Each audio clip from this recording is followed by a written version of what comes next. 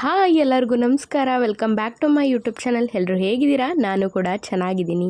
So ಇವತ್ತಿನ ದಿನ ಹೇಗೆ ಹೋಗುತ್ತೆ ಎಲ್ಲದನ್ನು ಕೂಡ ನಾನು ನಿಮ್ಮ ಜೊತೆ ಶೇರ್ ಮಾಡ್ತೀನಿ. ಅದಕ್ಕಿಂತ ಮುಂಚೆ ಯಾರಾದರೂ ಹೊಸೊಬ್ಬರು ನನ್ನ ಚಾನಲ್ನ ನೋಡ್ತಾ ಇದ್ದರೆ ಪ್ಲೀಸ್ ಸಬ್ಸ್ಕ್ರೈಬ್ ಮಾಡಿಕೊಂಡು ವಿಡಿಯೋನ ನೋಡಿ, ಹಾಗೆ ಎಲ್ಲೂ ಕೂಡ ಸ್ಕಿಪ್ ಮಾಡಬೇಡಿ, ಕೊನೆವರೆಗೂ ವಿಡಿಯೋನ ನೋಡಿ ಅಂತ ಹೇಳ್ತಾ ಇವತ್ತಿನ ದಿನ ಶುರು ಮಾಡ್ತಾ ಇದ್ದೀನಿ. ಬನ್ನಿ, ಇವತ್ತು ಬೆಳಗ್ಗೆಯಿಂದ ಫುಲ್ ರಾತ್ರಿವರೆಗೂ ನನ್ನ ರೂಟೀನ್ ಹೇಗಿರುತ್ತೆ ಅನ್ನೋದನ್ನು ಶೇರ್ ಮಾಡ್ತೀನಿ.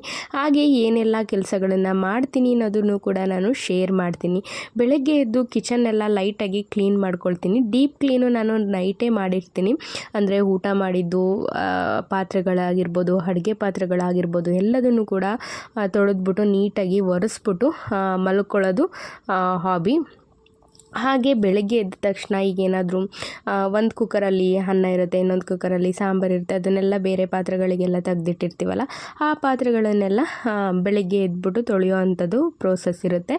ಹಾಗೆ ಅದೆಲ್ಲ ಮುಗಿಸಾದ್ಮೇಲೆ ತಿಂಡಿ ಎಲ್ಲ ಮಾಡಿಬಿಟ್ಟು, ತಿಂಡಿಗೆ ಏನು ಮಾಡಿದ್ದೆ ಇವತ್ತು ಅಂದರೆ ದೋಸೆ ಮಾಡಿದ್ದೆ. ಸೊ ಹಾಗಾಗಿ ದೋಸೆ ಎಲ್ಲ ತಿಂದಾದ್ಮೇಲೆ ಅಪ್ಪಾಜಿ ಟೀ ಬೇಕು ಅಂತಂದರು. ಹಾಗಾಗಿ ಅವರಿಗೆ ಟೀ ಇಟ್ಬಿಟ್ಟು ನಾನಿಲ್ಲಿ ಟೀ ಇಟ್ಟಾದ್ಮೇಲೆ ಏನು ಮಾಡ್ಕೊಳ್ತೀನಿ ಅಂತಂದರೆ, ತಿಂಡಿ ಮಾಡಿರೋ ಪಾತ್ರೆಗಳು, ತಿಂಡಿ ತಿಂದಿರೋ ಪಾತ್ರೆಗಳಿರ್ತಾವಲ್ಲ ಅವನ್ನೆಲ್ಲ ವಾಶ್ ಮಾಡ್ಕೊಂಡ್ಬಿಡ್ತೀನಿ. ಟೀ ಕುದಿಯೋಷ್ಟರಲ್ಲಿ ನಾನು ಏನು ತಿಂಡಿ ತಿಂದಿರೋ ಪಾತ್ರೆಗಳನ್ನೆಲ್ಲ ತೊಳ್ಕೊಂಡ್ಬಿಟ್ಟು ಆಮೇಲೆ ಆ ಕಡೆ ಪಾತ್ರೆ ಕೆಲಸನೂ ಆಯಿತು, ಈ ಕಡೆ ಟೀ ಕೆಲಸನೂ ಆಯಿತು. ಆಮೇಲೆ ಇನ್ನೊಂದು ಸಲ ನೀಟಾಗೆಲ್ಲ ಒರೆಸ್ಕೊಂಡು ಕಿಚನ್ನು ಕೂಡ ಕ್ಲೀನ್ ಮಾಡ್ಕೊಂಡ್ಬಿಡ್ತೀನಿ. ಹಾಗೆ ಏನಪ್ಪ ಟೀನ ಕಂಟ್ರೋಲ್ ಮಾಡೋಣ ಅಂತ ಅಂದ್ಕೊಂಡ್ರು ಅಪ್ಪಾಜಿ ತಿಂಡಿ ಆದಮೇಲೆ ಟೀ ಕೇಳ್ತಾರೆ. ಸೊ ನನಗೂ ಏನಾಗುತ್ತೆ, ಇಲ್ಲ ಸ್ವಲ್ಪ ಮಿಕ್ಕೋಗ್ಬಿಡುತ್ತೆ. ಈ ಕಡೆ ವೇಸ್ಟ್ ಮಾಡೋಕ್ಕೂ ಮನಸ್ಸು ಬರ್ತಿರಲ್ಲ, ಈ ಕಡೆ ಕುಡಿಯೋದಕ್ಕೂ ಮನಸ್ಸು ಬರ್ತಿರಲ್ಲ, ಹಂಗಾಗ್ತಿರುತ್ತೆ. ಆವಾಗ ಏನು ಮಾಡೋಂಗಿಲ್ಲ. ಹೆಣ್ಮಕ್ಳುಗಳು ಮೇ ಬಿ ಮದುವೆ ಆದಮೇಲೆ ಇದಕ್ಕೆ ಅನಿಸುತ್ತೆ ದಪ್ಪ ಆಗೋದು, ಉಳಿದಿರೋದು, ಆಮೇಲೆ ಮಿಕ್ಕಿರೋದು, ಅವ್ರು ತಿಂದುಬಿಟ್ಟಿರೋದು, ಮಕ್ಕಳು ತಿಂದುಬಿಟ್ಟಿರೋದು ಎಲ್ಲದನ್ನೂ ತಿಂದು ದಪ್ಪ ಆಗೋಗ್ಬಿಡ್ತಾರೆ. ಸೊ ತಿಂಡಿ ಕೆಲಸ ಎಲ್ಲ ಮುಗಿಸಾದ್ಮೇಲೆ ಹಸುಗಳ ಕೆಲಸ ಇರುತ್ತೆ. ಸ್ವಲ್ಪ ಸಗಣಿ ಎಲ್ಲ ಬಾಚಾಕಿ ಅವನ್ನ ಬಿಸಿಲಲ್ಲಿ ಕಟ್ಟಿರ್ತೀವಿ, ಅದನ್ನೆಲ್ಲ ನೆರಳಿಗೆ ಕಟ್ಟಿ ಅವಕ್ಕೆಲ್ಲ ಮೇವು ಹಾಕಿ ನೀರು ಕುಡಿಸಿ ಆ ಕೆಲಸ ಎಲ್ಲ ಮುಗಿಸ್ತೀನಿ. ಆಮೇಲೆ ಅಮ್ಮ ಅಂಗಡಿಗೆ ಹೋಗಿರ್ತಾರೆ. ಅಪ್ಪಾಜಿ ಕೈಲಿ ಸ್ವಲ್ಪ ಕಾಲು ನೋವು ಅವರಿಗೆ, ಹಾಗಾಗಿ ಆ ಕೆಲಸಗಳೆಲ್ಲ ಅವ್ರ ಕೈಲಿ ಮಾಡ್ಸೋಕ್ಕೆ ಹೋಗಲ್ಲ, ನಾವೇ ಮಾಡ್ಕೊತೀವಿ. ನಮ್ಮ ಮನೆಯವರಿದ್ದರೆ ನಮ್ಮ ಮನೆಯವ್ರು ಮಾಡ್ತಾರೆ, ಅಮ್ಮ ಇದ್ದರೆ ಅಮ್ಮ ಮಾಡ್ತಾರೆ, ನಾನಿದ್ದರೆ ನಾನು ಮಾಡ್ತೀನಿ. ತಂಗಿ ಊರಿಗೆ ಬಂದಾಗ ಅವಳಿದ್ರೆ ಅವಳು ಮಾಡ್ತಾರೆ. ನಮ್ಮ ಮನೇಲೆಲ್ಲ ಅವ್ರು ಮಾಡಬೇಕು, ಇವ್ರು ಮಾಡಬೇಕು ಅನ್ನೋದು, ಆ ಕೆಲಸ ಅವರೇ ಮಾಡಬೇಕು, ಈ ಕೆಲಸ ಇವರೇ ಮಾಡಬೇಕು ಅನ್ನೋದೇನಿಲ್ಲ. ಎಲ್ಲರೂ ಹೆಂಗೋ ಅಡ್ಜಸ್ಟ್ ಮಾಡ್ಕೊಳ್ತೀವಿ. ಎಲ್ಲ ಕೆಲಸನೂ ಮುಗಿಸಿ ಒಳಗಡೆ ಬಂದೆ. ಐಸ್ ಕ್ರೀಮ್ ಇತ್ತು ಫ್ರಿಡ್ಜಲ್ಲಿ, ಅಂದರೆ 1-2 ದಿನ ಆಗಿತ್ತು ತಂದು. ಅದನ್ನು ಖಾಲಿ ಮಾಡೋವರೆಗೂ ಮನಸ್ಸು ತಡೀತಾ ಇರಲಿಲ್ಲ. ತಿನ್ನಬಾರ್ದು ಅಂತ ಅಂದ್ಕೊಂಡ್ರು. ಅಂದರೆ ನಮ್ಮ ದೊಡ್ಡಮ್ಮ ಊರಿಗೆ ಬಂದಾಗ ತೊಗೊಬಂದಿದ್ರು. ನಾನಂತೂ ಕಂಪ್ಲೀಟಾಗಿ ಕಮ್ಮಿ ಮಾಡಿಬಿಟ್ಟಿದ್ದೀನಿ, ತರ್ತಾನೇ ಇಲ್ಲ ಮನೆಗೆ. ತಂದರೆ ತಿನ್ನಬೇಕು ಅಂತ ಅನಿಸುತ್ತೆ ಅನ್ನೋದಕ್ಕೋಸ್ಕರ ಹೇಳ್ಬಿಟ್ಟಿದ್ದೀನಿ. ಎಲ್ಲರೂ ನಮ್ಮ ಮನೆಯವ್ರಿಗೂ ಹೇಳಿದ್ದೀನಿ, ಮನೆಗೆ ದಯವಿಟ್ಟು ಏನೂ ತೊಗೊಂಬರ್ಬೇಡಿ ಅಂತ. ಹಾಗಾಗಿ ಅವರು ತರಲ್ಲ. ದೊಡ್ಡಮ್ಮ ಬಂದಿದ್ರಲ್ಲ, ಅವ್ರು ತಂದಿದ್ರು. ಸೊ ಅದನ್ನು ಖಾಲಿ ಮಾಡೋವರೆಗೂ ಮನಸ್ಸಿರಲ್ಲ. ಅದನ್ನೆಲ್ಲ ಖಾಲಿ ಮಾಡಿಬಿಟ್ಟು ಶುಂಠಿನ ಹಾಕಬೇಕಾಗಿತ್ತು. ಅದಕ್ಕೆ ಶುಂಠಿ ಮುರಿಯೋಣ ಅಂತ ಕೂತ್ಕೊಳ್ತಾ ಇದ್ದು. ಈ ಸಲ ಏನು ಶುಂಠಿನ ಜಾಸ್ತಿ ಆಗ್ತಿಲ್ಲ, 10 ಚೀಲ ಹಾಕ್ತಾಯಿದ್ದೀವಿ ಅಷ್ಟೇ. ಮುಂದಿನ ವರ್ಷ ಹಾಕೋದಾದರೆ ಬೀಜ ಮಾಡ್ಕೋಬೇಕಲ್ಲ, ಹಾಗಾಗಿ ಸ್ವಲ್ಪ ಹಾಕ್ತಾಯಿದ್ದೀವಿ. ಲಾಸ್ಟ್ ಇಯರು ನಮ್ಮದು ಶುಂಠಿ ಬೀಜ ಇಲ್ಲದೇ 1.5 ಲಕ್ಷ ಬರೀ ಬೀಜಕ್ಕೆ ಕೊಟ್ಟು ತಂದಿದ್ದು. ಬಟ್ ಈ ಸಲ ಬೀಜದ ದುಡ್ಡು ಆಗಲ್ಲ, ಅಷ್ಟು ಲಾಸ್ ಆಗೋಗ್ಬಿಟ್ಟಿದೆ. ಹೋದ ವರ್ಷ ಎಷ್ಟು ಚೀಲ ಹಾಕಿದ್ವಪ್ಪ ಶುಂಠಿ? ಈ ವರ್ಷ 8 ಚೀಲ. ಯಾಕೆಂದ್ರೆ ಹೋದ ವರ್ಷ ತಾಂಡುವ ಕಡುಬ, ಈ ವರ್ಷ ಇನ್ನೂ ಅದು ಮಾರಿಲ್ಲ, ಕಡುಬು ತಾಂಡಿದ್ದೀವಿ. ಈ ವರ್ಷ ಮತ್ತೆ ಕಡುಬು ತಾಂಡಕ್ಕೆ ಆಗ್ತಿದ್ದೀವಿ. ಏನಾಗ್ತಾರೋ ಗೊತ್ತಲ್ಲ. ಮತ್ತೇವ ನೀವು ನಮ್ಮ ಕಷ್ಟ ನಮಗೆ ಗೊತ್ತು, ತರಲಿಗೆ ಗೊತ್ತು. ಹೋದ ವರ್ಷ 25 ಚೀಲ ಹಾಕಿ ರೇಟ್ ಇಲ್ಲ. ಈ ವರ್ಷ ಬೇಡ ಅಂತಂದ್ರೂ ಜಗಳ ಆಡ್ಕೊಂಡು 8 ಚೀಲ ಆಗ್ತೈತೆ ನಮ್ಮ ಅಪ್ಪಾಜಿ. ಕಡುಬು ಸಿಗುತ್ತೆ ಅಂತ ಆಗ್ತಾಯಿದ್ದೀವಿ. ಇದರಲ್ಲಿ 1-2 ಪೀಸ್ ಮಾಡಬೇಕು. ತೋರಿಸ್ತೀನಿ ತಡೀರಿ ಮುರಿದು ಹೆಂಗೆ ಅಂತ. ಶುಂಠಿ ಎಲ್ಲ ದೊಡ್ಡ ಪೀಸ್ ಇರುತ್ತೆ, ಅದನ್ನು ನಾವು ಮನೆ ಹತ್ರನೇ ಒಂದು ಸಣ್ಣ ಪೀಸ್ನ ಮಾಡ್ಕೊಳ್ತೀವಿ. ಅದನ್ನೆಲ್ಲ ಮಾಡ್ಕೊಂಡಾದಮೇಲೆ ಅದನ್ನೆಲ್ಲ ಔಷಧಿ ಎಲ್ಲ ಅದನ್ನು ಇಡಬೇಕು. ಅದು ಪ್ರೋಸೆಸ್ ಎಲ್ಲ ನಾನು ನೆಕ್ಸ್ಟ್ ವಿಡಿಯೋದಲ್ಲಿ ಕಂಪ್ಲೀಟಾಗಿ ತೋರಿಸ್ತೀನಿ. ಶುಂಠಿ ಹಾಕೋದು ನಾವೆಲ್ಲ ಹೇಗೆ ಪ್ರಿಪೇರ್ ಮಾಡ್ಕೊಳ್ತೀವಿ ಅನ್ನೋದನ್ನು ನಾನು ಎಲ್ಲ ತೋರಿಸ್ತೀನಿ. ಮಡಿಕೆ ಮುರಿಬಾರ್ದು. ಇದಾದ್ಮೇಲೆ ಬೇಕಾದ್ರೆ ಇದು ಮಾಡ್ಕೊಳ ಸುರ್ಕೋಣ.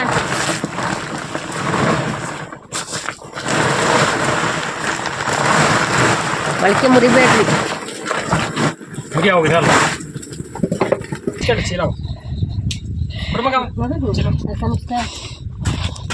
ಇದ್ರೊಳಕ್ಕೆ ತುಂಬದ ಅಪ್ಪ.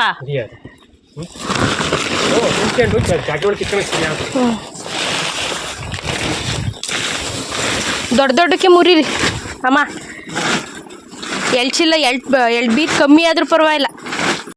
ಲಾಸ್ಟ್ ಟೈಮ್ ಏನು ಮಾಡಿಬಿಟ್ಟಿದ್ದು ಅಂದರೆ ತುಂಬ ಶುಂಠಿನ ಸಣ್ಣ ಸಣ್ಣದಾಗಿ ಪೀಸ್ ಮಾಡಿಬಿಟ್ಟಿದ್ದು. ಸೊ ಹಂಗಾಗಿ ನಮ್ಮ ಶುಂಠಿ ಅಷ್ಟು ಚೆನ್ನಾಗಲಿಲ್ಲ. ಈ ಸಲ ಅದಕ್ಕೆ ಹೇಳ್ತಿದ್ದೆ ಸ್ವಲ್ಪ ಕಮ್ಮಿ ಆಗಿದ್ರೂ ಪರವಾಗಿಲ್ಲ, ಚಿಕ್ಕದಾಗಿ ಶುಂಠಿನೆಲ್ಲ ಮುರೀರಿ ಅಂತ. ಹಾಗಾಗಿ ಎಲ್ಲದನ್ನು ಕೂಡ ರೆಡಿ ಮಾಡಿಕೊಂಡು ಕೂತ್ಕೊಂಡ್ವಿ. ಸಂಜೆ ನಮ್ಮನೆಯವರು ಬರ್ತಾರೆ. ಸೊ ಹಂಗಾಗಿ ಇವಾಗ ದಾಳಿಂಬೆ ಹತ್ರ ಏನೋ ಔಷಧಿ ಹೊಡೆಯೋದಿದೆ ಅಂತ ಹೋದರು. ಅದನ್ನು ಹಂಗೇ ಒಂದಿನವೂ ಅದೇನು ಔಷಧಿ ಬರೆದಿರ್ತಾರೆ ಅವತ್ತೆಲ್ಲ ಹೊಡೆದು ಬಿಡಬೇಕು. ಹಾಗಾಗಿ ಅವ್ರನ್ನ ಕಾಯೋಕ್ಕೆ ಹೋಗಲಿಲ್ಲ, ನಾವೇ ಮಾಡ್ಕೊಳ್ತಾ ಇದ್ದು. ಅಪ್ಪಾಜಿ ಲೇಬರಿಗೆ ಹೇಳಿ ಕರ್ಕೊಳ್ರಿ ಅಂತ ಹೇಳಿದ್ರು. ಸುಮ್ಮನೆ ಒಂದು ದಿನಕ್ಕೆ 350 ರೂಪಾಯಿ, 3 ಜನ ಅಂತಂದ್ರೂ 1000 ರೂಪಾಯಿ ಮೇಲೆ ಹೊಂಟೋಗುತ್ತೆ. ಹಾಗಾಗಿ ನಾನೇನು ಮಾಡಿದೆ, ನಾವು ಮಾಡೋದು ಏನು ಕೆಲಸ ಇಲ್ಲ. ಹೋದ ಸಲ 25 ಚೀಲ ಶುಂಠಿನೇ ಮುರಿದಿದ್ದೀವಿ. ಈ ಸಲ ಏನೊಂದು 10 ಚೀಲ 7-8 ಚೀಲ ಮುರಿಯೋದಕ್ಕೇನು ಆಳೆಲ್ಲ ಬೇಡ ಕಣಪ್ಪ, ನಾವೇ ಮುರಿಯೋಣ ಅಂತ ನಾವೇ ಮುರಿತಾ ಇದ್ದು. ಮಧ್ಯಾಹ್ನದ ಹೊತ್ತು ಏನು ಕೆಲಸ ಇರಲ್ಲ, ಸುಮ್ಮನೆ ಕೂತ್ಕೊಂಡು ಟಿ ವಿ ನೋಡು, ಮೊಬೈಲ್ ನೋಡು ಅಂತ ಹಿಂಗೆ ಟೈಮ್ ವೇಸ್ಟ್ ಮಾಡ್ತಾ ಇರ್ತೀವಿ. ಸೊ ಹಾಗಾಗಿ ಆದಷ್ಟು ಕೆಲಸಗಳನ್ನು ಬೇರೆಯವ್ರ ಮೇಲೆ ಡಿಪೆಂಡ್ ಆಗಬಾರ್ದು. ಅದರಲ್ಲೂ ನಾವು ಮಿಡಲ್ ಕ್ಲಾಸ್ ಫ್ಯಾಮಿಲಿಯವರು ಎಲ್ಲ ಕೆಲಸಗಳನ್ನು ಲೇಬರ್ ಕೈಲಿ ಮಾಡಿಸೋದ್ರಿಂದ ಆ ರೈತರಾಗಿ ಏನೂ ಉಳಿಯೋದಿಲ್ಲ. ಹಾಗಾಗಿ ಎಷ್ಟಾಗುತ್ತೆ ತೀರಾ ಕಷ್ಟದ ಕೆಲಸಗಳಿಗೆಲ್ಲ ಕರ್ಕೊಳ್ಳೋಣ, ತುಂಬ ಈಸಿಯಾಗಿರೋ ಕೆಲಸಗಳಿಗೆಲ್ಲ ಅವಶ್ಯಕತೆ ಇರೋದಿಲ್ಲ. ಹಾಗಾಗಿ ಮನೆಯವರೇ ಕೂತ್ಕೊಂಡು ಮಾಡಿಕೊಂಡ್ರೆ ಕೆಲಸಗಳು ಮುಗ್ದೋಗ್ಬಿಡುತ್ತೆ. ಹಾಗೆ ಸ್ವಲ್ಪ ಕಾಸು ಕೂಡ ಉಳಿಯುತ್ತೆ. ಹಾಗೆ ಮಾತಾಡಿಕೊಂಡು ಒಂದು ಕಾಫಿ ಬ್ರೇಕ್ನು ತಗೊಂಡು ಕೆಲಸ ಎಷ್ಟು ಬೇಗ ಮುಗ್ದೋಯ್ತು ಅಂತಂದರೆ 3/4% ಶುಂಠಿನ ಮುರಿದೇ ಹಾಕಿದ್ವಿ. ಇನ್ನೊಂದು ಸ್ವಲ್ಪ ಇತ್ತು ಅಷ್ಟೇ. ಅದಕ್ಕೆ ಸ್ವಲ್ಪ ದನಿಗೆಲ್ಲ ಮೇವೆಲ್ಲ ಹಾಕಬೇಕಿತ್ತು. ಅಮ್ಮನೂ ಕೂಡ ಅಂಗಡಿಗೆ ಹೊರಟ್ರು, ಅಂಗಡಿ ಬಾಗಿಲು ಹಾಕ್ಕೊಂಡು ಬಂದಿದ್ದರು. ಹಾಗಾಗಿ ಅಮ್ಮನ ಹೋಗೋ ಟೈಮ್ ಆಯಿತು ಅಂಗಡಿ ಹತ್ರಕ್ಕೆ. ಆಮೇಲೆ ಹಾಲೆಲ್ಲ ಕರೆದಾಕಿದ್ಮೇಲೆ ಇನ್ನೂ ಸ್ವಲ್ಪ ಮುರಿದ್ರಾಗುತ್ತೆ. ಅಷ್ಟೊತ್ತಿಗೆ ನಮ್ಮನೆಯವರು ಕೂಡ ಬರ್ತಾರೆ. ನಾವು ಎಲ್ಲರೂ ಸೇರಿಕೊಂಡು ಇನ್ನೇನು ಬೇಸಿಗೆ ಅಲ್ವಾ, ತಣ್ಣಗೆ ಗಾಳಿ ಬೀಸ್ತಾ ಇರುತ್ತೆ ಆಚೆ ಕಡೆ. ಹಾಗೆ ಆಚೆ ಕಡೆ ಕೂತ್ಕೊಂಡು ಮಾತಾಡಿಕೊಂಡು ಮುರಿದ್ರಾಗುತ್ತೆ ಅಂತ ಅರ್ಧಕ್ಕೆ ಬಿಟ್ಟು ಇನ್ನೊಂದು ಸ್ವಲ್ಪ ಐತಿ, ಇನ್ನೊಂದು 4 ಚೀಲದಷ್ಟಿತ್ತು ಅಷ್ಟೇ. ಅದನ್ನು ಬಿಟ್ಟು ಬೇರೆ ಕೆಲಸಕ್ಕೆ ಅಂತ ಹೊರಟ್ವಿ. ಅಪ್ಪ ನಾವು ಹಸಿಮೇವು ರೆಡಿ ಇರಬೇಕು, ಅದಕ್ಕೋಸ್ಕರ ಕಿತ್ತಕ್ಕೆಲ್ಲ ಗೊತ್ತಾ. ಇನ್ನೂ 3 ಲೀಟ್ರ್ ಹಾಲು ಕೊಡ ಹೋಗೋದು ಎದು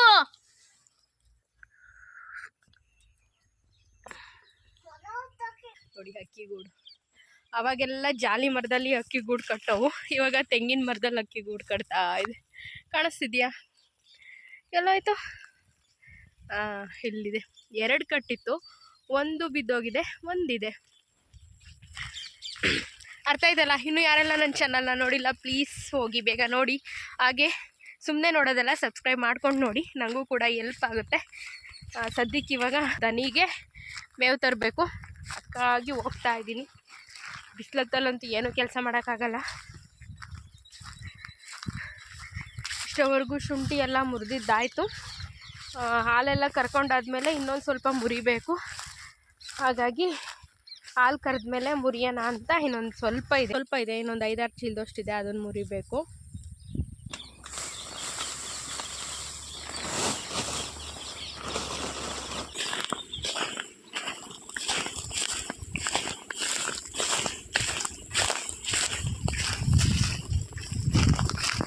ಹಾಗೆ ಸಂಜೆಗೆ ಈವ್ನಿಂಗ್ ಸ್ನ್ಯಾಕ್ಸಿಗೆ ಅಂತ ಸ್ವಲ್ಪ ಕಡಲೆಬೇಳೆ ನಾನು ಹಾಕಿದ್ದೆ, ವಡೆ ಮಾಡೋಣ ಅಂತ. 1 ಅವರ್ ನೆಂದರೆ ಸಾಕು, ಇದು ವಡೆಗೆ ಚೆನ್ನಾಗಿ ಬರುತ್ತೆ. ಜಾಸ್ತಿ ನೆನೆಸಿದ್ರೆ ಚೆನ್ನಾಗೋದಿಲ್ಲ. ಸೊ ನಾನು ಮಾಡೋದು ಹೇಗೆ ಅಂತ ರೆಸಿಪಿನೂ ಕೂಡ ಶೇರ್ ಮಾಡ್ತೀನಿ. ಆಲ್ರೆಡಿ ಒಂದು ಸಲ ಶೇರ್ ಮಾಡಿದ್ದೆ ಅನಿಸುತ್ತೆ, ಬಟ್ ಆದ್ರೂ ಇನ್ನೊಂದು ಸಲ ಶೇರ್ ಮಾಡ್ತಾಯಿದ್ದೀನಿ ಬನ್ನಿ. ಒಂದು ಮಿಕ್ಸಿ ಜಾರಲ್ಲಿ ನೆನೆಸಿರೋ ಅಂಥ ಕಡಲೆಬೇಳೆನ ತಗೊಳ್ಳಿ. ಅದಕ್ಕೆ ಒಂದು 2-3 ಗಡ್ಡೆಯಷ್ಟು ಬೆಳ್ಳುಳ್ಳಿನ ಹಾಕ್ಕೊಳ್ಳಿ, ಶುಂಠಿನ ಹಾಕ್ಕೊಳ್ಳಿ, ಹಾಗೆ ಸ್ವಲ್ಪ ಜೀರಿಗೆನ ಹಾಕ್ಕೊಳ್ಳಿ.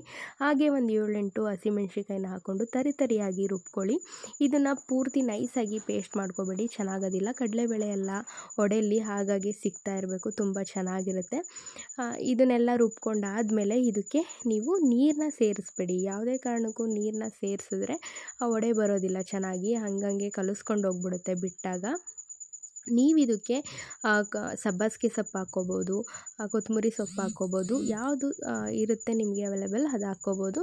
ಇಲ್ಲಿ ನನ್ನ ಹತ್ರ ಕೊತ್ತಂಬರಿ ಸೊಪ್ಪು ಇರಲಿಲ್ಲ, ಸಬ್ಬಸಿಗೆ ಸೊಪ್ಪು ಇರಲಿಲ್ಲ, ಸೊ ಹಾಗಾಗಿ ಅವೆರಡನ್ನೂ ಸ್ಕಿಪ್ ಮಾಡಿದ್ದೀನಿ.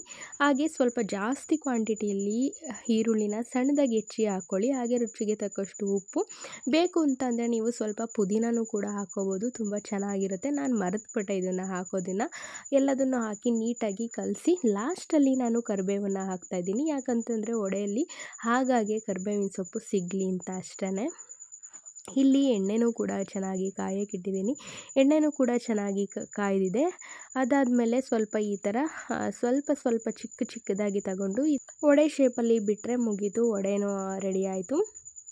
ನಾವು ಇಲ್ಲಿ ನಾನು ಚಿಕ್ಕದಾಗೇ ಬಿಡ್ತಾ ಇರೋದು. ತುಂಬ ಜಾಸ್ತಿ ಹಿಟ್ಟನ್ನು ತಗೊಂಡು ಜಾಸ್ತಿ ಬಿಟ್ಟರೆ ಏನಾಗುತ್ತೆ, ಒಳಗಡೆ ಬೇಯೋದಿಲ್ಲ, ಮೇಲ್ಗಡೆ ಮಾತ್ರ ಬೆಂದ್ಬಿಡುತ್ತೆ. ಹಾಗಾಗಿ ಈ ವಡೆನ ಮಾತ್ರ ಲೋ ಫ್ಲೇಮಲ್ಲೇ ಇಟ್ಕೊಂಡು ನಾವು ಬೇಯಿಸಬೇಕು. ಯಾಕಂತಂದರೆ ಹೈ ಫ್ಲೇಮಲ್ಲಿ ಇಟ್ಕೊಂಡ್ರೆ ಮೇಲ್ಗಡೆ ಎಲ್ಲ ಬೆಂದ್ಬಿಡುತ್ತೆ, ಒಳಗಡೆ ಬೇಯೋದಿಲ್ಲ. ಹಾಗಾಗಿ ಲೋ ಫ್ಲೇಮಲ್ಲೇ ಇಟ್ಕೊಂಡು ಚೆನ್ನಾಗಿ ಬೇಯಿಸಿ.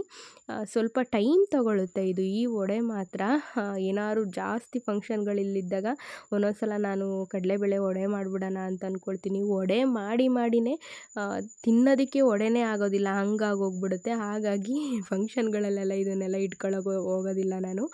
ಈ ಕಲರಿಗೆ ಬರೋವರೆಗೂ ಬೇಯಿಸಿದರೆ ಪರ್ಫೆಕ್ಟಾಗಿ ವಡೆ ಬೆಂದಿದೆ ಅಂತ ಅರ್ಥ. ಸೊ ಇಲ್ಲಿ ಬಿಸಿ ಬಿಸಿಯಾದ ಕಡಲೆಬೇಳೆ ವಡೆ ರೆಡಿ ಆಯಿತು. ಈ ವಡೆ ಅಂತೂ ನಮ್ಮನೇಲಿ ಎಲ್ಲರಿಗೂ ತುಂಬಾ ಇಷ್ಟ. ನಾನು ಏನಿಲ್ಲ ಅಂದರೂ ತಿಂಗಳಲ್ಲಿ 1-2 ಸಲ ಈ ವಡೆಗಳು ಇದ್ದೇ ಇರುತ್ತೆ. ನಮ್ಮ ಅಪ್ಪಾಜಿಗೆ ಸಂಜೆ ಹೊತ್ತು ಒಂದು ಸ್ವಲ್ಪ ಏನಾದರೂ ಸ್ನ್ಯಾಕ್ಸ್ ಬೇಕು ಅಂತ ಇರ್ತಾರೆ. ಹಾಗಾಗಿ ನಾನು ಒಂದು ಸ್ವಲ್ಪ ಅದು ಇದು ಸ್ನ್ಯಾಕ್ಸ್ನ ಮಾಡ್ತಾಯಿರ್ತೀನಿ. ಸೊ ಇವಾಗ ರುಚಿಯಾದ ವಡೆ ಕೂಡ ರೆಡಿ ಆಯಿತು. ರುಚಿ ಮಾತ್ರ ಎಷ್ಟು ಚೆನ್ನಾಗಿ ಬಂದಿತ್ತು ಅಂದರೆ, ತಿಂತಾ ಇರಬೇಕಾದ್ರೆ ಅಲ್ಲಲ್ಲೇ ಕರಿಬೇವಿನ ಸೊಪ್ಪು ಹಾಗೆ ಕಡಲೆಬೇಳೆ ಹಾಗೇ ಸಿಗ್ತಾಯಿತ್ತು. ತುಂಬ ಚೆನ್ನಾಗಿ ಬಂದಿತ್ತು, ಹಾಗೆ ತುಂಬ ರುಚಿಯಾಗೂ ಕೂಡ ಇತ್ತು. ಹಾಗೆ ಇಲ್ಲಿಗೆ ವಿಡಿಯೋನ ಎಂಡ್ ಮಾಡ್ತಾಯಿದ್ದೀನಿ. ಪ್ಲೀಸ್ ಹೋಗಿ ವಿಡಿಯೋನ ಕೊನೆವರೆಗೂ ನೋಡಿ. ಹಾಗೆ ಹೊಸ್ದಾಗಿ ನೋಡ್ತಾ ಇರೋರು ಪ್ಲೀಸ್ ಸಬ್ಸ್ಕ್ರೈಬ್ ಮಾಡ್ಕೊಳ್ಳಿ ಅಂತ ಹೇಳ್ತಾ ವಿಡಿಯೋನ ಮುಗಿಸ್ತಾ ಇದ್ದೀನಿ. Bye friends.